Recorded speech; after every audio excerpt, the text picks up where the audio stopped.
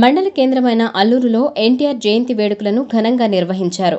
పునఃప్రారంభించిన ఎన్టీఆర్ కాంస్య విగ్రహం వద్ద జెండా ఆవిష్కరించారు. ఈ సందర్భంగా పెన్నా డెల్టా వైస్ చైర్మన్ బీద గిరిధర్ మాట్లాడుతూ, తెలుగుదేశం పార్టీ స్థాపించిన కొద్ది కాలంలోనే అధికారంలోకి రావడం, పాలనలో సంస్కరణలు తెచ్చి పేద ప్రజలకు ప్రభుత్వ ఫలాలు అందేలా చేసిన మహోన్నత వ్యక్తి స్వర్గీయ ఎన్టీఆర్ అని కీర్తించారు.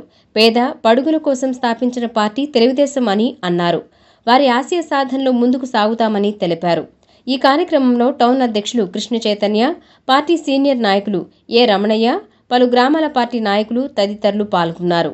నందమూరి తారక రామారావు గారు, మన మాజీ ముఖ్యమంత్రి వర్యులు, విశ్వవిఖ్యాత నట సార్వభౌమైనటువంటి ఆయన జన్మదినం సందర్భంగా 104వ జన్మదిన సందర్భంగా ఈరోజు అల్లూరు మండలంలోని అల్లూరులో మనం గతంలో ఇక్కడ ఆయన విగ్రహావిష్కరణ 2018 మార్చి 29వ తారీఖున పార్టీ ఆవిర్భావ దినోత్సవం రోజు ఏర్పాటు చేసుకోవడం జరిగింది.